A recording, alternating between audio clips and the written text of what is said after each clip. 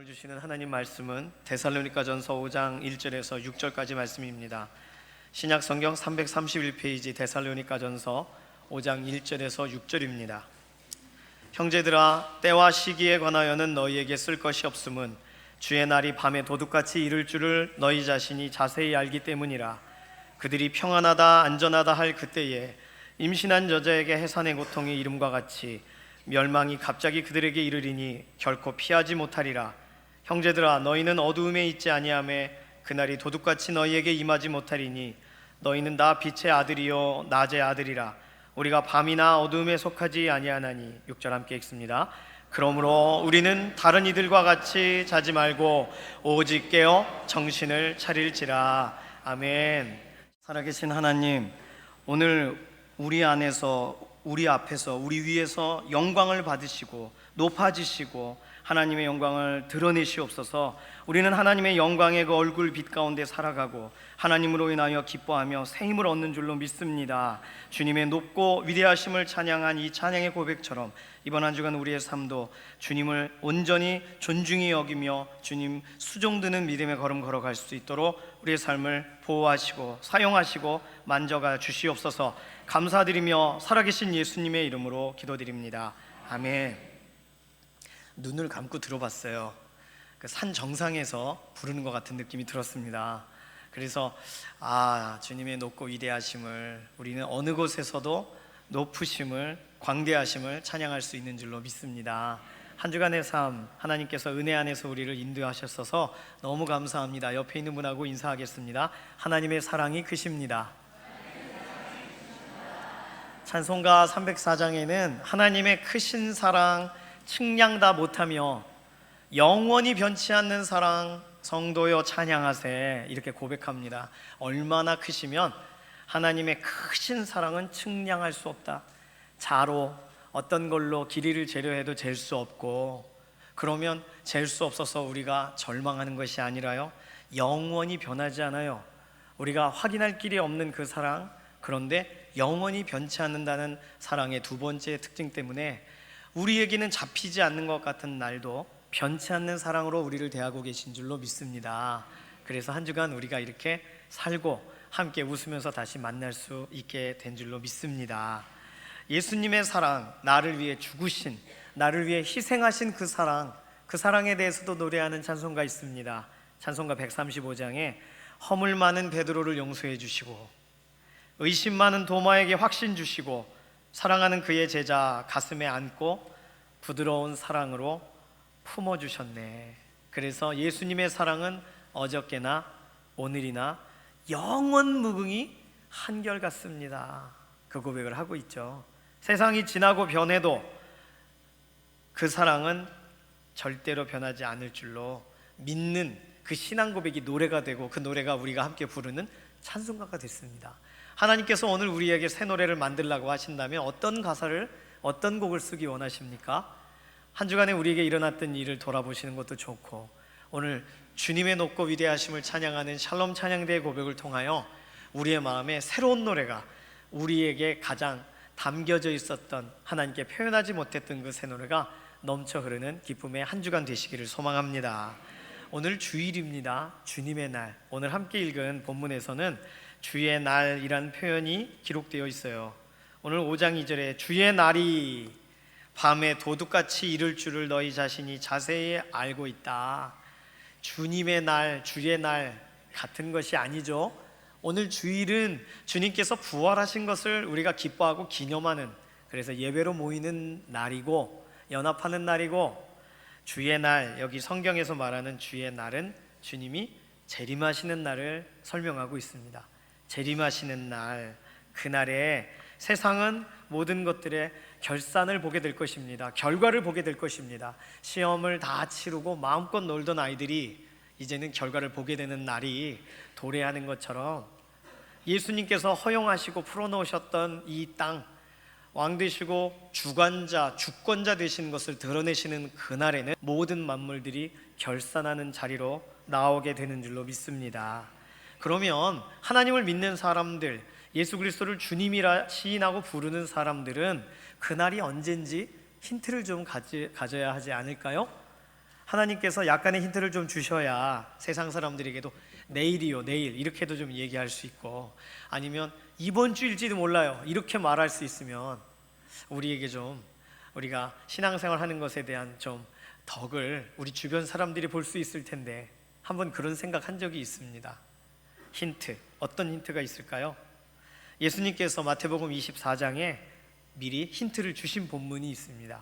마태복음 24장 3절 이하에서는 예수님께서 몇 가지로 그날이 언제가 될지에 대한 힌트, 이러한 것을 보거든 그날이 도래했다는 사실을 알아라 하는 힌트를 말씀하여 주셨습니다.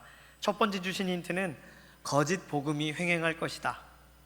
서로 자신이 메시아다, 예수다 거짓말로 말하는 사람들이 등장할 것이고, 그래서 사람들을 미혹하게 될 그때가 마지막 날이다, 그렇게 설명하셨어요. 두 번째 주신 힌트는 이상현상, 다시 말해서 난리와 난리의 소문들, 아직 아무것도 보여지지 않지만 소문이 좋지 않아요.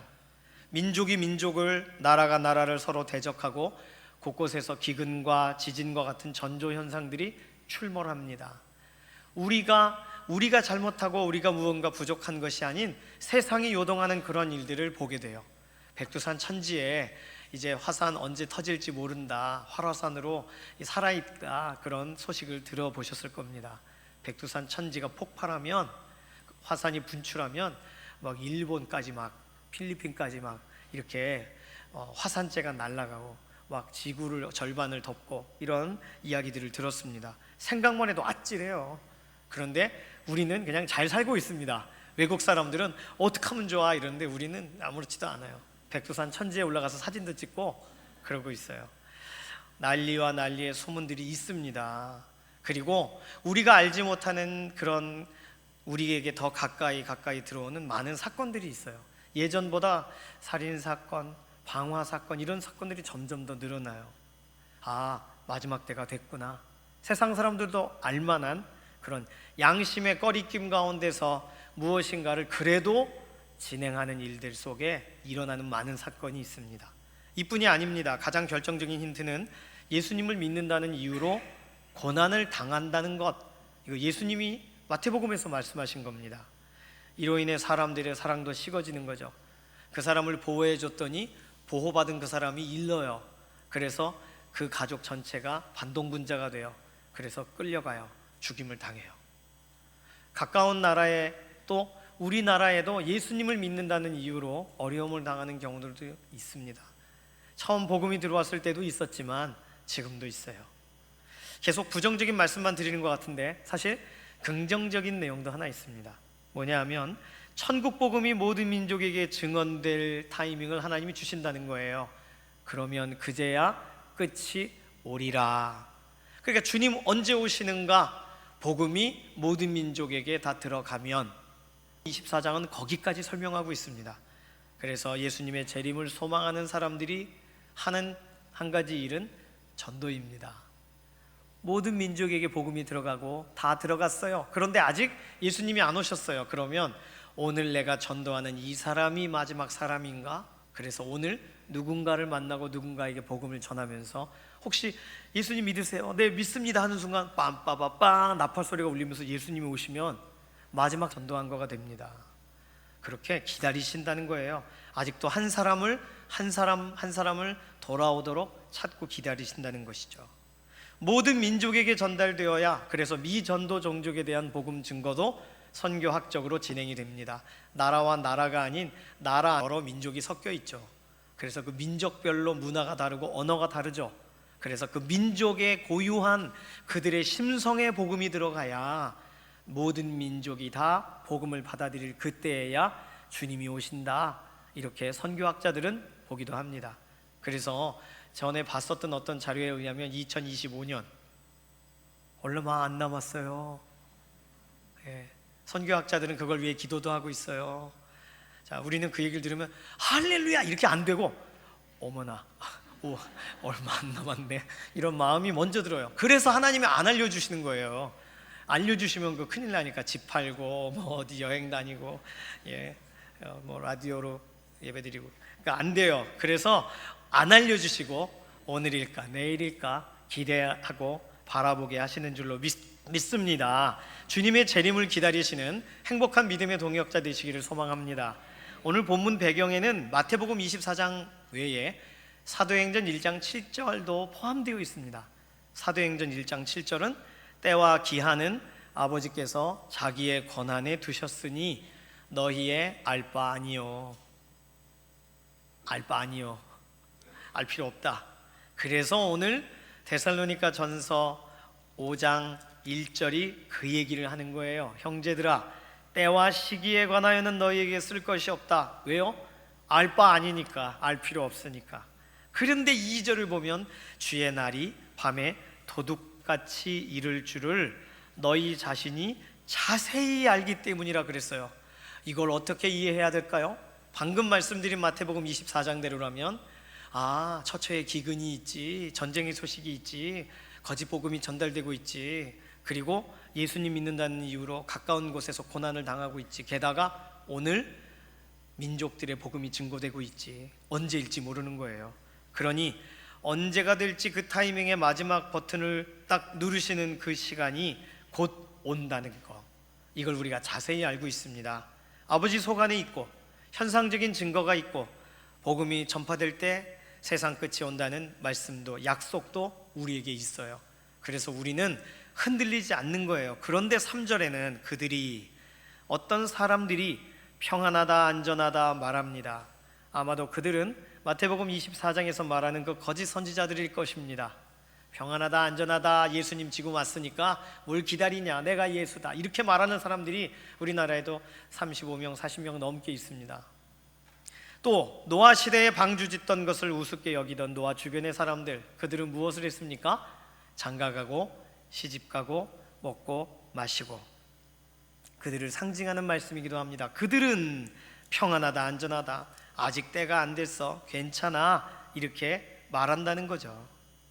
4절, 형제들아 너희는 어두움에 있지 아니하며 그들과 같지 않다. 그날이 도둑같이 너희에게 임하지 못하리니. 오늘 본문에서 가장 우리가 헷갈리는 구절이 4절이에요. 아니, 그날이 도적같이 이룰 줄 너희는 모르느냐 노래했는데, 그날이 도적같이 이르지 않는 걸 너희는 모르느냐라고 4절이 써있기 때문입니다. 오늘 그래서 이 본문이 중요하고 1절에서 6절 전체를 열 수 있는 열쇠 같은 구절이 4절부터 시작이 됩니다. 이 본문이 오늘 이 내용 중에 가장 놀라운 대목이에요.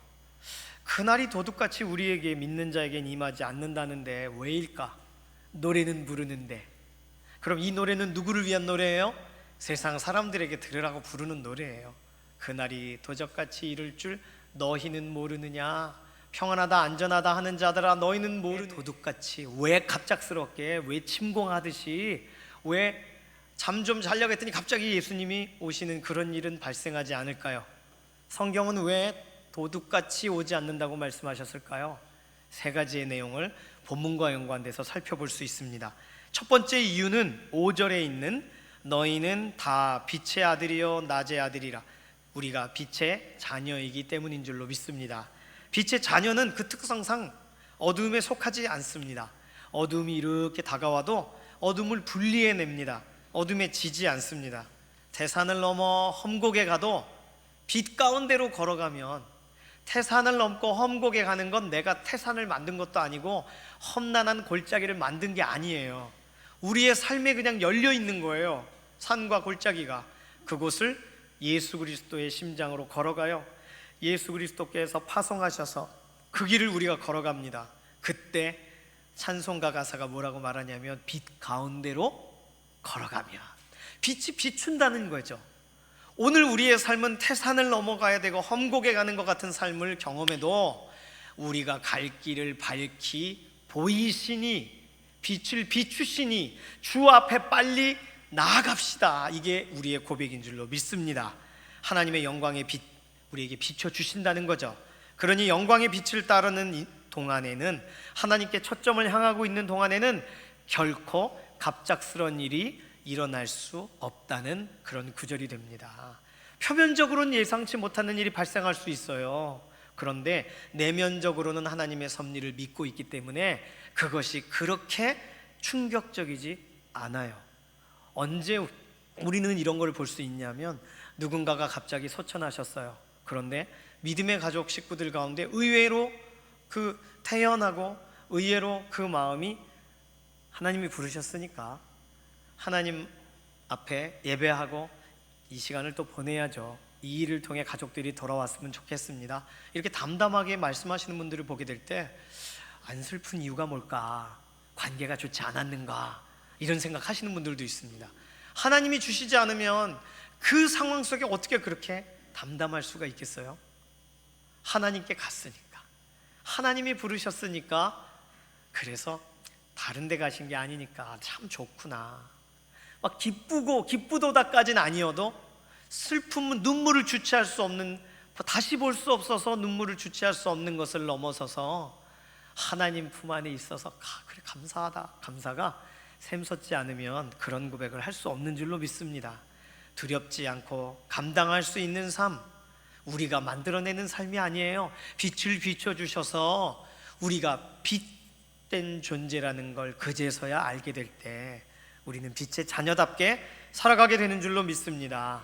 오늘 그래서 세상 사람들은 어머나 깜짝 놀라도 우리는 오신다고 그랬어, 주님 오늘 오실지 내일 오실지 모른다고 그랬어, 하나님의 권한이라고 얘기했어, 이렇게 우리가 말할 수 있는, 나도 살짝 잊어버렸더라도 다시 깨닫게 되는, 다시 알게 되는 그 하나님이 주시는 은혜 안에서 오늘 우리는 빛의 자녀답게 이 세상 앞에 드러나게 하실 줄로 믿습니다. 두 번째 이유는 3절에 힌트가 들어가 있습니다. 3절에 임신한 여자에게 해산의 고통이 이름과 같이. 질문 드릴게요. 어느 엄마가 아이를 임신했어요. 어머, 기도했는데 하나님이 주셨구나.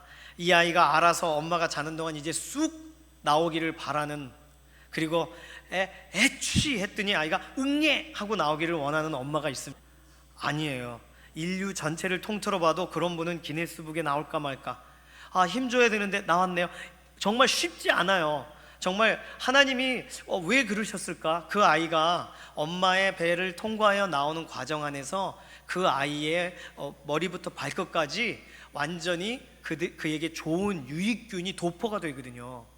그 일이 없이, 그것이 그런 천천히 진행되는 과정 없이 힘겹게 나오는 것이 없다면 아이에게 좋지 않습니다. 꼭 새 알을 품고 있을 때, 새가 이제 그 새가 나오려고 막 할 때 알을 막 깨주면, 그러면 새가 나는 것도 살아가는 것도 더딘 것처럼 이 모든 과정들은 의미가 있는 것이거든요.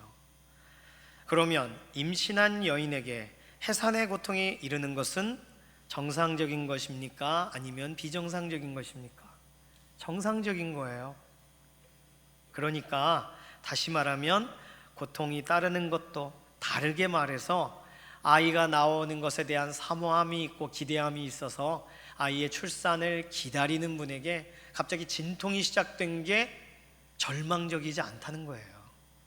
오늘이구나, 이렇게. 왜요? 기다렸으니까. 그런데 3절은 희한하게도 그들은 평안하다, 안전하다, 다른 말로 바꿔보면 안 아플 거야, 아이가 자다 보면 나올 수 있어, 그리고 아이가 아닐지도 몰라, 배가 불러 있지만 네가 배가 불러서 그런 걸 수도 있어, 이런 말을 하고 사는 거예요. 심장이 둥퉁 뛰는 것 같고 발로 차는 게 느껴지는데도 자꾸 얘기하는 거예요. 아니야, 아이가 아닐 수도 있어. 그 뭐예요 이게? 그 당시에 사람들은 그런 말을 한 것으로 이 본문을 이해하면 됩니다. 임신한 여인에게 해산의 고통의 이름과 같이, 이것은 결단코 갑작스럽게 낭망스러운 사건이 아니에요. 엄마는 준비하거든요. 엄마는 숨을 고르면서 준비해요. 작은 진통이 올 때마다 아이가 날 때는 더 아프겠지, 그러나 지금 참아야 돼, 견뎌야 돼 하면서 그 진통과 진통의 이 헤르츠를 견디는 거예요. 아빠는 절대 깨어나도 알 수 없는, 그래서 요즘은 육아를 하는 아빠들에게 이렇게 진통 오는 그런 기계를 부착하고 엄마처럼 누워 있어 보세요, 이렇게 쌀주머니 큰 거 2-3kg짜리 배에다가 하고 이거 지직 그러면 으악 소리 지르고 그러는 걸 체험하는 데가 있습니다. 네, 그 체험하시는 분들은 아유 고통스럽구나, 이것만 체험하면 안 되죠. 오늘 본문대로라면 이 기쁨을 위해 이걸 참는구나, 참 기쁨을 위해 얼마나 많이 수고하는가를 봐야 되겠죠. 오늘 임신한 여인이 해산의 고통을 이름과 같이, 이 대목은 결코 3절 안에 들어가 있지 말아야 될 내용입니다. 그런데 멸망이 갑자기 그들에게 이르리니 결코 피하지 못하리라. 네, 피할 생각이 없어요. 엄마는. 다시 말하면 엄마가 아니라는 얘기예요. 주님이 오시는 것에 대해 하나님의 자녀가 자신이 아니라고 생각하며 사는 거예요. 하나님과 상관없이 살아가는 거예요. 자기 최면을, 자기 안전을, 가장 현실적이지 않은 것을 현실적이라고 생각하며 살아가는 사람들이 주님이 오시는 그날 우리는 기쁠 거야 라는 생각조차 안 하고 주님이 안 오실지도 몰라, 더디 오실지도 몰라, 그렇게 말한다는 것이죠. 그 당시에 사람들은 그랬습니다. 하나님의 말씀을 마음에 두지 않고 자기 멋대로 상상하는 거죠. 예수님께서 잔치에 사람들을, 길에 가던 사람들도 다 초청하라 그랬는데 그 사람들이 한 이야기가 뭡니까? 소도 사야 되고 밭도 갈아야 되고 아버지와 인사하고 가야 되고, 와닿지 않는다는 거예요. 나 할 일 아직 있다는 거예요. 예수님께서 우리의 삶 가운데에 왕으로 구체적으로 시각적으로 오시는 그날, 재림하시는 그날은 우리가 오늘이든 내일이든 오시는 그때 나팔 소리가 울릴 때 주의 호령하심과 같이, 호령이라 그랬으니까 요한복음에서는 예수님이 막 자녀들아 얘들아 이렇게 하시는 음성으로 설명합니다. 그러면 이렇게 공부하고 있다가 얘들아 그럼 오셨다 이렇게 돼야 정상이죠. 그렇죠? 모두 그런 기쁨의 탄성이 주님 오시는 그날 우리에게서 넘치기를 소망합니다. 아이를 낳을 생각이 없는 산모라면 고통도 싫고 아이도 싫어요. 그리고 임신을 인정하지 않고 그냥 왜 지금 하필 이런 가족 구성원들은 사실 이 3절의 본문이 그들의 구절이 될 것입니다. 다시 말해서 종말의 힌트를 가졌는데도 그것을 기다리지 않는 사람들은 당황할 것이다. 3절이 그걸 말하고 있습니다. 오늘 우리는 기다리는 사람이고, 우리는 기대하는 사람이고, 우리는 감격할 준비를 하고 있는 사람인 줄로 믿습니다. 기다리는 사람들, 결코 주님 오늘 오셔도 당황하지 않을 사람들로 오늘 하루 살아가시기를 소망합니다. 마지막으로 셋째 이유는 오늘 본문에서 6절에 들어가 있습니다. 6절 함께 읽을까요? 그러므로 우리는 다른 이들과 같이 자지 말고 오직 깨어 정신을 차릴지라. 아멘. 정신줄을 놓고 있는 거죠. 세상 많은 사람들이 믿는다고 하면서 정신을 놓치고 있는 거예요. 그런데 정신을 차려라 하면서 한 가지 해야 될 일에 대해 설명합니다. 오늘 1절에서 6절 전체 본문 안에서 가장 중요한 것은 오직이라고 쓴 거 하나만 찾으면 돼요. 오직 뭐 하라고 써 있습니까? 깨어. 그렇습니다. 오직 깨라. 새벽 1시에 축구 경기 보신 분들 계시죠? 어쨌든 우리는 굉장한 걸 이루었어요. 그래서 지금 잠이 오지 않으시죠? 오늘 하루 잠을 안 자도 괜찮을 만큼 막 드링크, 그런 타우린이 많이 들어있는 드링크를 막 여러 개 들이키신 것처럼 우리는 잠이 오지 않을 것 같은 행복한 하루입니다. 정말 그래요. 오직 깨어 있어서 원하시는 것은 깨어 있는 사람들입니다. 깨어 있는 사람들은 깜짝 놀라질 않아요. 깨어 있으면 뭐가 쿵 하면 뭐유 이렇게 하지, 어머나 이렇게 하지 않아요. 졸던 사람들이 깜짝 놀라죠. 그러니 옆에서 무슨 소리가 나도 전혀 흔들리지 않는 사람, 그 사람은 깨어있는 사람인 줄로 믿습니다. 성경에서는 깨어있으라 설명을 많이 합니다. 깨어있는 이유가 있어요. 한 4가지 정도가 됩니다. 베드로전서 5장 8절은 근신하라 깨어라 너희 대적 마귀가 우는 사자같이 두루다니며 삼킬 자를 찾고 있다 설명했습니다. 왜 깨어 있어야 하냐면 대적 마귀가 우리를 찾고 있대요. 왜 찾을까요? 우리가 예전에 마귀의 종이었잖아요. 종을 좀 부려먹고 싶은데 종들이 다 도망갔어요. 다 구출당했어요. 누구라도 한 놈만 걸리면 일리시키고 싶어요. 그냥 압제하고 싶어요. 그래서 우는 사자와 같이 어딨니? 그러면서 찾아다니는 거예요. 골로새서 4장 2절은 기도를 계속하고 기도에 감사함으로 깨어있으라 설명합니다. 기도에도 깨어있어야 된다고 설명해요. 근데 감사함으로 깨어있으라, 감사함으로 깨어있으라, 감사하고 깨어있고 감사하고 깨어있고, 거꾸로 하면 좀 더 쉽습니다. 깨게 해주신 걸 감사하면, 그러다 보면 깨어있구나 감사하고, 또 졸다가 또 깨게 해주시면 감사하고, 이러면 계속 감사함으로 깨어있을 수 있어요. 말씀을 그렇게라도 적용해 보자는 거예요. 감사함으로 깨어있는 믿음의 동역자 되시기를 소망합니다. 계시록 16장 15절에서는 보라 내가 도둑같이 오리니, 계시록엔 또 도둑같이 오신다고 써놨어요. 누구든지 깨어 자기 옷을 지켜 벌거벗고 다니지 아니하며 자기의 부끄러움을 보이지 아니하는 자는 복이 있도다. 왜 깨어야 한다고요? 옷을 지키려고. 우리가 선녀와 나무꾼의 선녀도 아니고 옷을 누가 훔쳐갑니다. 우리의 옷을 자꾸 훔쳐가서 벌거벗게 만들어요. 그래서 남기려고 하겠죠. 우리의 옷, 예수님이 우리를 의롭다 하신 그 의의 옷, 우리는 주님의 보혈 때문에 우리가 그 옷을 입고 있는 동안은 너 내가 값으로 샀어 하는 사탄의 말에 우리는 흔들리지 않게 되는 줄로 믿습니다. 그런데 그 옷 너무 기뻐서 다음에 입어야지 하고 내려놨을 때 그 옷이 어디 있는지 싹 숨기면, 너 옷도 없으니까 이리 와, 넌 내 종이었어, 또 베드로전서 5장 8절로 가는 거예요. 이게 깨어 있어야 되는 이유가 계속 연결되어 있어요. 철로 역정에 보면 고난의 언덕을 올라가서 여행자들이 쉬는 쉼터에 잠시 주인공이 머뭅니다. 그런데 전에 천성 문 앞에 가면 이 봉인된 두루마리를 꺼내세요. 그러면 이게 당신이 누군지를 인정해 줄 겁니다. 예수 그리스도의 사람이라는 사실을 알려줄 겁니다. 그래서 이렇게 두루마리를 줬어요. 그걸 집어넣어 놓고 열어볼 때마다 행복해요. 그런데 너무너무 행복해서 그 쉼터에서 잠깐 잠이 들었는데 그 두루마리를 손에서 놓쳐요. 그리고는 놓친지 모르고 급하게 누가 깨우니까 그곳을 떠납니다. 그리고 나중에 가다 보니 아무리 찾아도 있나요? 그래서 다시금 그 여행자들을 위한 쉼터에 돌아가니까 그곳에서 다시 죽게 됩니다. 오늘 누군가가 너희의 옷을 훔쳐갈까 두렵다. 그러니 깨어서 자기 옷을 지켜라. 이 말씀이 오늘 우리를 향하신 하나님의 사랑의 말씀인 줄로 믿습니다. 깨어있는 거 너무 중요하죠. 마지막으로 고린도전서 15장 34절은 깨어 의를 행하고 죄를 짓지 말라 이렇게 고백합니다. 결정적인 이유죠. 깨어 있어야 하는 이유는 죄를 지을까 봐. 그러니까 잠들면 죄를 진다는 거예요. 최근에는 이렇게 술을 드신 분들은 형량이 좀 낮아지죠. 심신미약이라는 이유로. 또 복용제나 이런 드시는 약이 좀 과할 경우에 누군가를 툭 쳐서 넘어졌는데 그분이 돌아가셨는데도 심신미약으로 풀려나요. 요즘 우리나라의 법도 그렇습니다. 그런데 이렇게 깨어있지 않을 때는 우리도 모르게 끌려갈 수가 있죠. 우리도 모르게 잘못된 이렇게 누군가가 조작해 놓은 것에 이렇게 굴레가 씌워질 수도 있죠.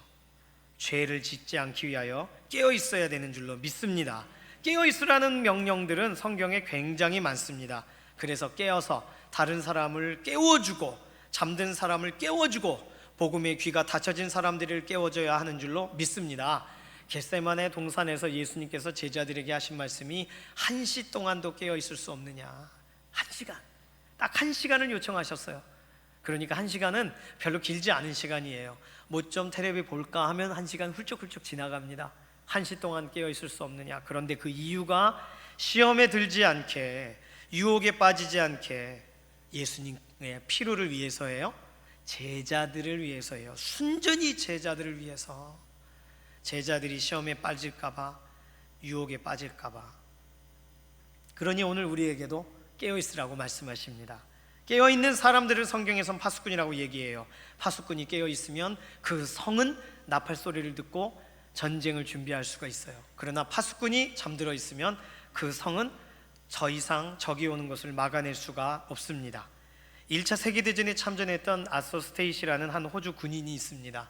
그 호주 군인은 전쟁 다녀온 다음에 점점 적응하기가 어려워서 술주정뱅이의 노숙자로 전락해버렸습니다. 전쟁 후유증으로 정상적인 생활을 할 수 없게 되자 이젠 도박도 하고 뭔가 그 마음을 채워줄 만한 것을 찾아다니기 시작했습니다. 극심한 우울증에 시달리기도 했습니다. 그러나 자신의 허전한 영혼을 달래려고 무엇인가가 여기 들어가야 되는데 이 빠진 자리는 어떻게 해야 되는가, 여러 가지를 시도해봤지만 아무 소용이 없었습니다. 1932년 11월 어느 주일 밤에 비틀거리는 몸을 이끌고 만취한 상태로 어느 건물에 들어가는데 하나님의 섭리로 들어간 곳이 교회예요. 들어가서 존 리들리라는 목사님이 그날 설교하는 설교를 들었습니다. 그날 설교는 이런 내용이죠. 형제여, 당신은 분명한 목적지로 가는 중입니까? 당신이 찾아가야 될 바로 그 목적지, 절대적인 안식이 있는 곳, 완전한 소망이 있는 곳, 평화가 있는 곳, 그곳을 혹시 갈망하고 있지 않습니까? 갈망하도록 이끄시는 분이 계십니다. 하나님이십니다. 모든 인간은 그것을 갈망하지만 그러나 도달하지를 못합니다. 그 영원한 삶을 갈망하는데 도달하지를 못합니다.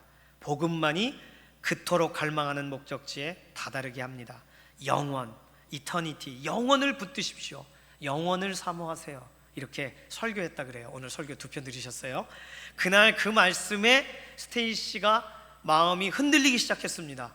깊은 구원에 대한 초청의 메시지와 영혼을 위한 예수 그리스도의 희생이 어느 정도였었는가, 우리를 위하여 어떻게 죽으셨는가를 들은 스테이시는 자신의 남은 생을 다른 사람들이 하나님께서 주고 싶으신 그 영원한 소망을 갈망하도록 영원을 사모하는 사람이 되게 만들어야겠다. 그래서 자신이 헌신합니다.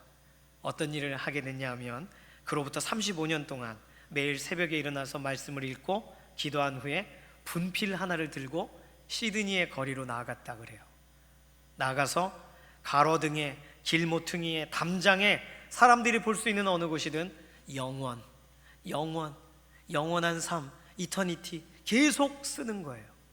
사람들은 아침에 일어나면 자꾸 이상한 글씨를 봅니다. 도로 표지판 뒷면에도 건널목 바닥에도 매일 아침마다 마법처럼 글씨가 나타나요. 또 누군가는 지우겠죠. 그럼 또 다시 써 있어요. 그런데 놀라운 건 사람들이 누가 이렇게 장난하는 거야, 누가 이렇게 써놓는 거야, 아무도 눈살을 찌푸리지 않고 오히려 그 단어에 힘을 얻기 시작했습니다. 남녀노소 모두를 막론하고 모든 시드니 시민들은 전혀 뜻밖의 장소에서 예상하지 못한 그곳에 휘갈겨 쓰여져 있는 영원, 이터니티라는 단어를 계속 매일매일 어디서 발견할 수 있을까 오히려 찾기 시작했고 그 단어에 위로를 얻고 힘을 얻게 됩니다. 1956년 여러 시간이 지나서 어느 할아버지가 어디에다가 글을 쓰고 있는 걸 누군가에게 발견되기 되었습니다. 그 단어를 이분이 썼구나. 그래서 그날 분필로 영원이란 단어를 쓰고 있는 스테이시를 발견한 그 사람이 찾아가서 그에게 아무 일도 하지 않고 그 할아버지가 쓴 글씨를 바라보고 지나갔다 그래요. 아무도 제재하지 않는 거예요. 지금까지 그 단어로 인하여 유익을 얻었으니까요. 그 분필 글씨를 오히려 사랑했으니까요. 그래서 그분이 더 쓸 수 있도록 더 허용하고 쓰시면 지우기를 더디하고 시민들이 함께 일하기 시작했습니다. 아직도 시드니 정부 청사 탑 꼭대기 종 안에는 50년 전에 기록되어 있는 영원이란 단어가 분필로 그대로 남아있대요. 안 지운 거예요. 스테이시는 1967년 83세의 나이로 세상을 떠났습니다. 부르셨습니다. 하나님께서. 분필 자국도 이제는 남아있는 것이 거의 없겠죠. 그런데 그의 비석에는 아서 멜컴 스테이시, 미스터 이터니티, 이곳에 잠들다, 미스터 영원시, 이곳에 잠들다, 사람들이 비석을 만들어줬다고 합니다. 놀라운 것은 스테이시가 죽은 후에 30년 후에 2000년 첫 올림픽 주최국이 된 호주에서 올림픽 개막식 때 시드니 하버 브리지 그 다리 위에 숫자로 불빛으로 영어 단어 하나를 씁니다. 그것이 바로 이터니티라는 거예요. 영원이란 단어를 썼다는 거죠. 이미 시드니에 있는 사람들은 그 단어가 그들의 마음이 남아있는 것이죠. 새천년을 열 수 있는 단어는 영원이란 단어여야 된다고 모두 인정한 것입니다. 전도서 3장 1절에 하나님이 모든 것을 지으시되 때를 따라 아름답게 하셨고 사람들에게 영원을 사모하는 마음을 주셨느니라 하셨습니다. 영원을 사모하는 마음을 가진 사람은 자신의 인생이 지금 험난한 길에 서 있다 할지라도 아직 무언가 발견되지 못하고 채워지지 못한 아직도 부족한 상황에 있을지라도 그것에 함몰되지 않고 그것에 잠들지 않고 오직 하루하루 깨어서 각 사람들을 영원을 사모하는 사람들로 깨우고 그 영원의 메시지를 선포하고 일으키는 줄로 믿습니다. 우리 모두 깨어 있기를 소망합니다. 하나님의 사랑 속에 녹여져 있기를 원합니다. 오늘 이 시간에 함께 기도하기를 원하는데요, 하나님 저는 다른 거 필요하지 않습니다. 깨어있게 해주십시오. 그럼 말씀해 주시면 되지 않습니까? 그리고 말씀을 보게 해주시면 되지 않습니까? 깨어있는 것이 나 스스로 할 수가 없습니다. 영혼의 알람을 맞춰주셔서 나의 인생을 깨우시고 나의 인생을 흔들어 주시옵소서. 주님 오실 때 부끄럽지 않게 깨어 경성하게 하시옵소서. 오늘 주보에 가족과 태신자를 위한 그런 기도표를 담아놨습니다. 잠시 보실까요?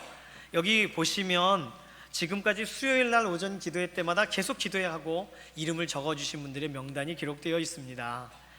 아침, 점심, 저녁으로 하루에 이분들 다 한꺼번에 기도하기 어려우니까 식사하실 때라도 한 번씩 눈으로 보시며 기도하시면 어떨까 해서 이렇게 도표로 만들었어요.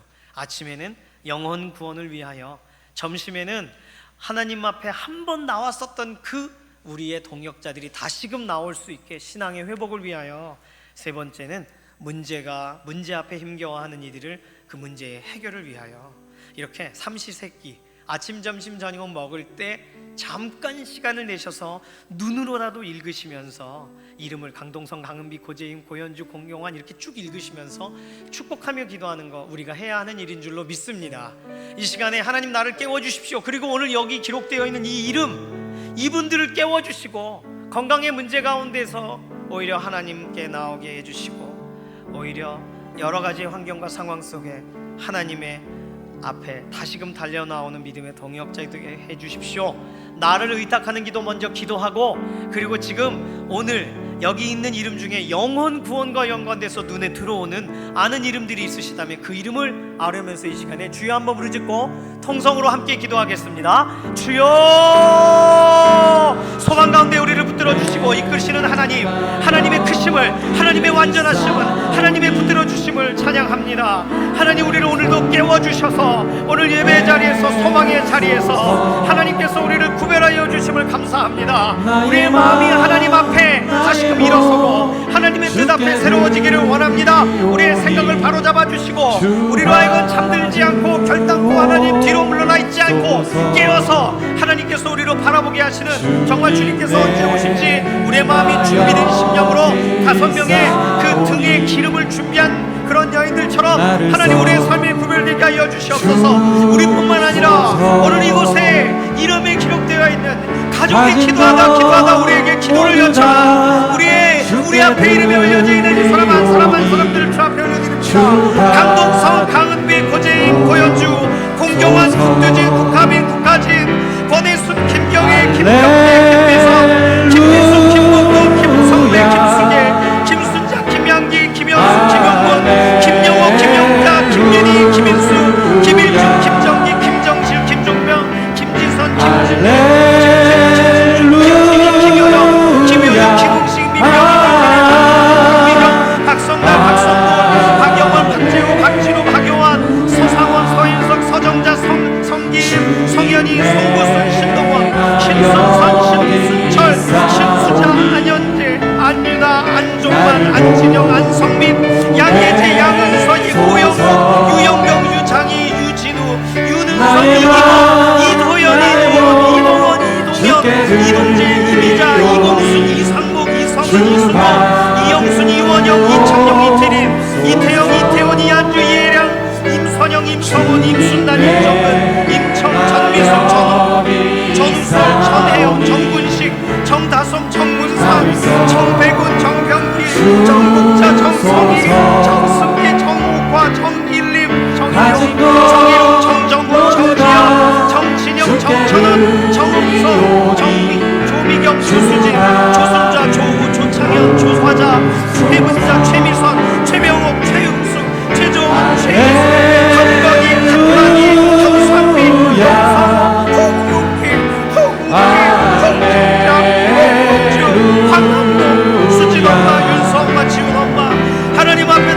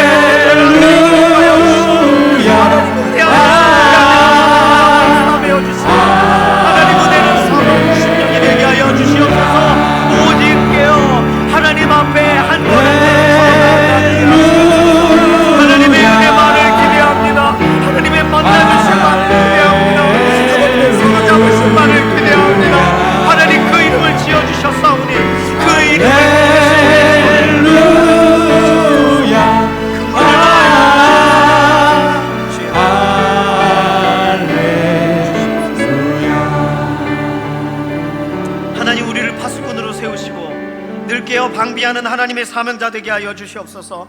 졸지 않고 어둠에 속하지 않고 감사함으로 찬송함으로 말씀 가운데 깨어있는 복된 동역자 되게 하여 주시옵소서. 그래서 주님 오시는 날 부끄럽지 않게 우리 인생 드리게 하여 주시옵소서. 하나님, 더 바라는 것은 우리 가족이 함께 깨어있기를 원합니다. 깨어서 하나님의 영광을 바라보는 가정 되게 하여 주시옵소서. 다시는 하나님이 누구시냐고 묻지 않는 하나님의 영광을 향하여 달려가기를 결단하는 믿음의 가족이 되게 하여 주시옵소서. 오늘이라 일컬어지는 이 시간 동안 살아계신 하나님을 더 깊이 만날 경험과 기회를 얻는 믿음의 가족들 되게 하여 주시옵소서. 감사드리며 살아계신 예수님의 이름으로 기도드립니다.